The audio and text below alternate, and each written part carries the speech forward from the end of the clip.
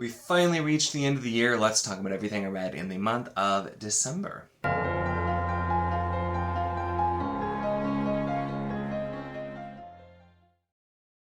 Hello and welcome to my channel. In this video, I'm going to be doing my December wrap-up, talking about everything that I read in this month, which was not as productive as a month as I wanted to get through, but I did still get through a fair amount of stuff, and we'll talk about it, and there was some good stuff in there too, and I'll have some catch-up to do with starting the year, but hey, that's how it goes. So first off, I finished Fellowship of the Ring at the very beginning of December. Most of that I got in November, and I did do a video talking about it, just kind of more just kind of chatting, not like a full-on review with it, just because it'd been so long since I had read that. I did the audio for this narrated by Andy Serkis, and there were still, I still didn't like some things I didn't like about it when I was younger, but I appreciated some things I feel like a little bit more too, so had a fun time with that.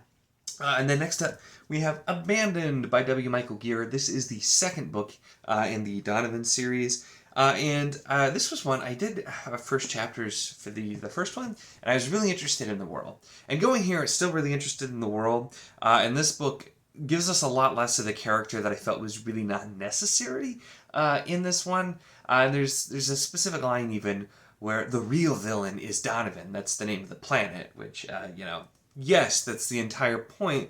And so we just didn't need another villain, I think. And so less of them, and so I like that they're still there though, but I do plan to continue on with this series. I have the third book, and then there are, I think, multiple others, as many as maybe 6 at this point, so we will have to see how that goes with continuing. Then next up, I got to my e-arc of the Crystal Gunslinger, or just a review copy. I don't think it was an arc. I don't know why I said it like that, but the Crystal Gunslinger by Oliver Laws. I did do a review video for this as well. This was another really interesting bit of world building, and it sounds like there's going to be even more built out with the world in the sequel, so I am looking forward to that. But did it's kind of like a Western, fantasy Western kind of thing where there's all these different crystal creatures, and the main character has a crystal firearm essentially, and so that's why he's a crystal gunslinger. And it was fun, fast-paced, pretty character-focused, and one of those things too, which I found myself, I've done a lot of those the last few months. It's not always necessarily my thing, but it had some good bits in there, and it had a nice little twist. I commented in the review, so it was a fun one. I'm curious to see where it goes as well, and then we'll see from there. And then, in my bid to make sure that I finished Drenai by the end of the year, which I did, I will note, I did absolutely finish in time, I listened to both White Wolf and then Swords of Night and Day, which were the last 2 that I had left. These are also the Damned subseries 1 and 2, although they take place at various different times, and kind of finish it up. And I'm going to be making a video talking about the series as a whole, because it is one I absolutely did love and appreciated. And these 2 were good. White Wolf was not what I expected it to be.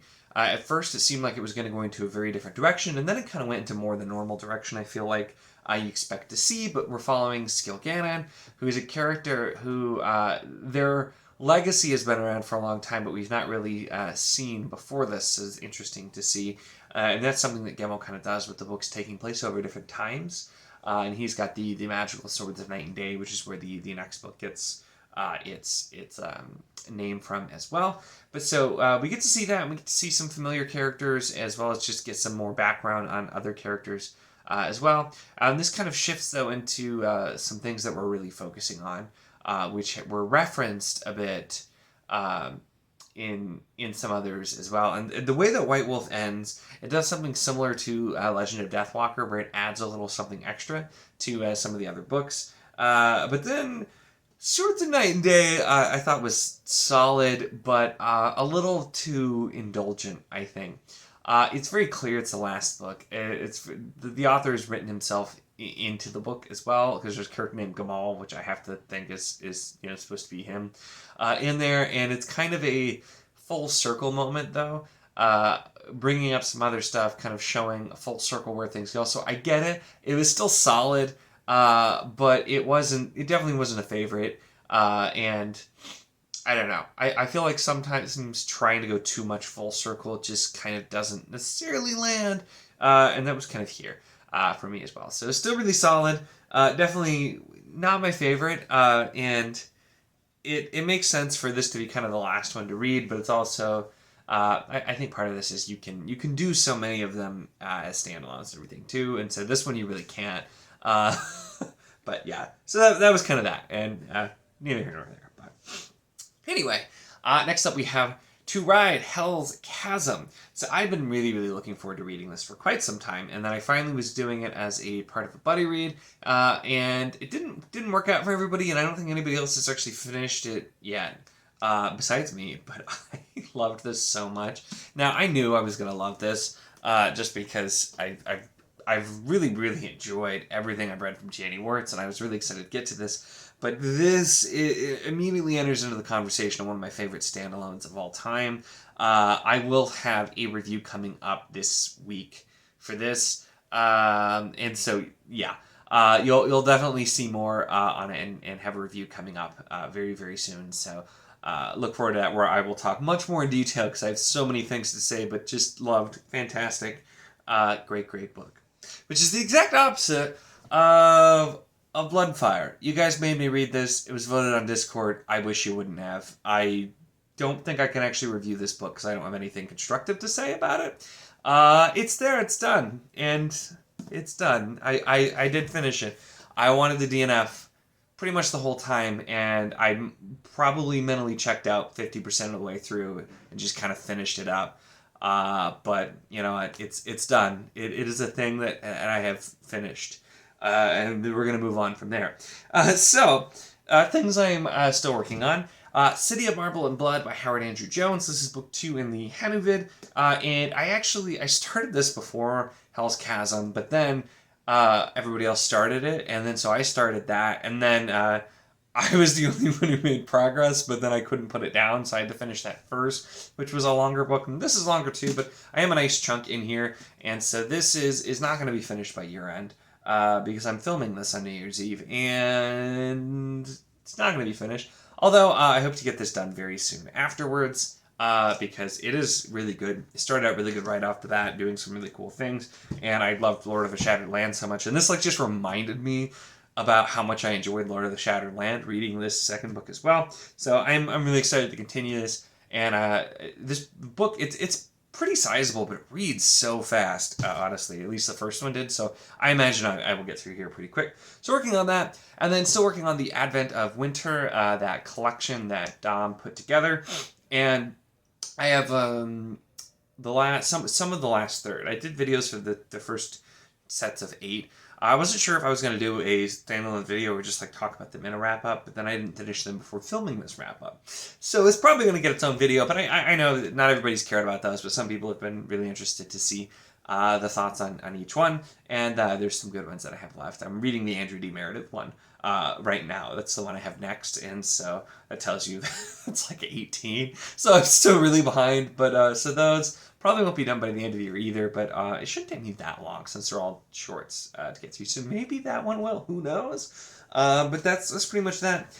And then I did start just earlier today, King's Dragon. I'm doing audio for the reread, for the buddy read. Not too late to jump in if you want to. I ended up starting a little early because somebody else told me they started early. But yeah, we're doing a book a month. I'm going to be doing audio this time, which is already weird because there's a character that's one of the main characters. The name is pronounced super differently on the audio, and it's throwing me off, but the narration seems good so far. But yeah, I'm really excited for the reread of this one because when I read this whole series a couple years ago, really enjoyed it. Became one of the top 10 for me, so I'm excited for that. But yeah, that's really it.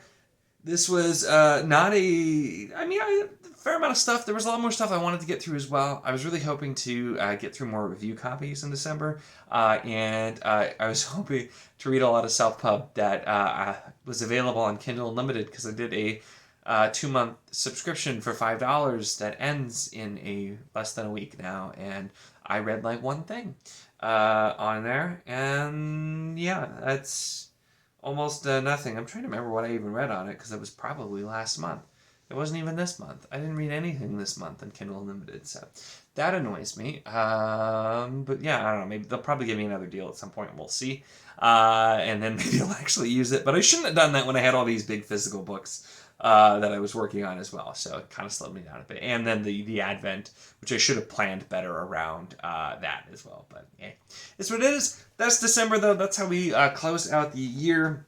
Yeah, a lot of stuff to come in January. I might do a video kind of just talking about not like formal goals or anything, but stuff I may focus on a little bit in the coming year, and we'll kind of see from there. But yeah, that is it for this wrap up. So let me know what you read, anything, if you had some really strong or really fun books that you closed out the year with as well. Always excited to see what you guys have to say and see what you've been reading as well. So let me know in the comments. Make sure to give the video a like if you enjoyed it. Check the link in the description as always for the Wizardly Enclave Discord if you want to chat books, whether any of these books, other books, with you, anything at all. It's a lot of fun. We'd love to have you. And of course, if you enjoy my content, make sure to subscribe.